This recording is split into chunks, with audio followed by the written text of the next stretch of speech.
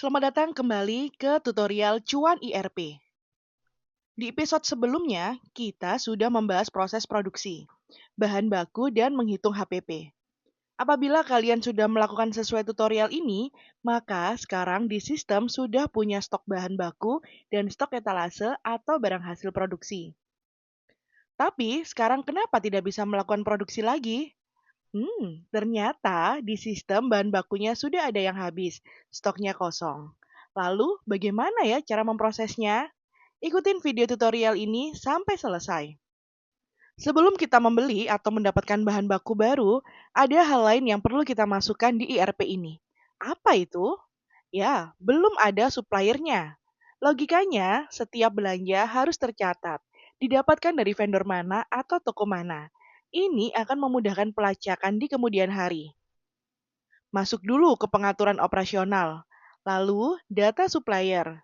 Sekarang kita ada di halaman direktori pemasok dan hutang.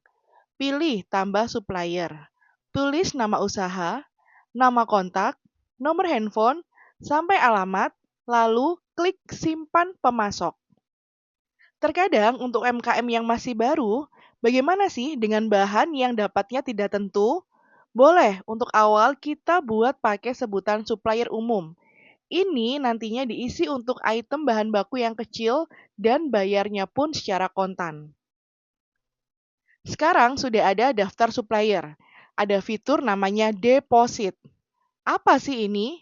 Ini untuk supplier yang bisa kasih bayar mundur atau pelanggannya bisa mempunyai deposit di muka. Jadi nanti setiap belanja akan dipotong dari sini. Kalau saldo deposit habis, kita bisa top up. Seperti itu kira-kira konsepnya. Jadi sisa hutang juga akan muncul di tabel ini nantinya. Oke, sekarang kita mau belanja bahan baku. Masuk ke gudang lalu pantau sisa stok. Apa yang tinggal sedikit bisa kita cek di sini. Kita bisa cek log inventory mutasi. Bahan ini keluar kapan saja, semua tercatat rinci di sini. Sekarang kita masukkan pembelian bahan. Kita cari di bagian kanan atas, ada tombol stok baru. Pilih bahan baku, misalnya minyak goreng.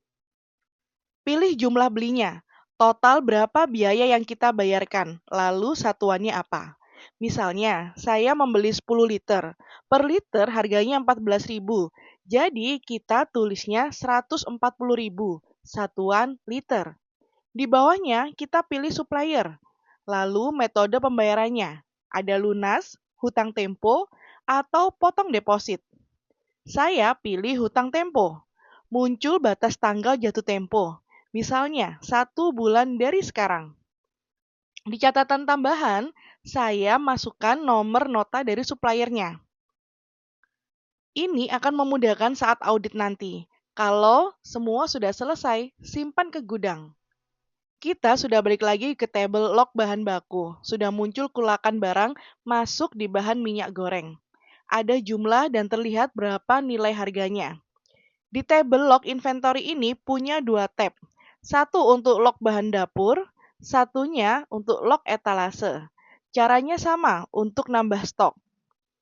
Dalam produksi, kadang tidak semua bahan bisa dipakai. Kadang bisa rusak, kadaluarsa, dan sebagainya. Di log inventory ini ada fitur buang waste. Cek di pojok kanan atas. Kalau diklik akan masuk form buang barang waste. Misalnya, kita mau hilangkan stok minyak goreng. Pilih di bahan baku, jumlah dan satuannya. Lalu tulis alasannya. Kenapa kok stok ini dibuang? Misalnya, karena expired. Kalau sudah selesai, klik eksekusi buang. Kembali lagi di tabel log bahan dapur. Muncul barang rusak di bahan minyak goreng.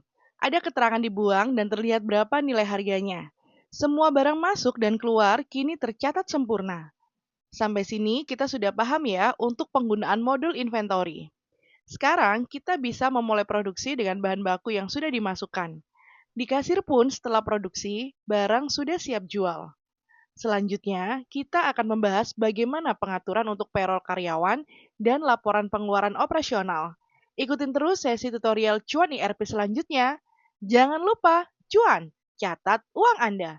Salam cuan!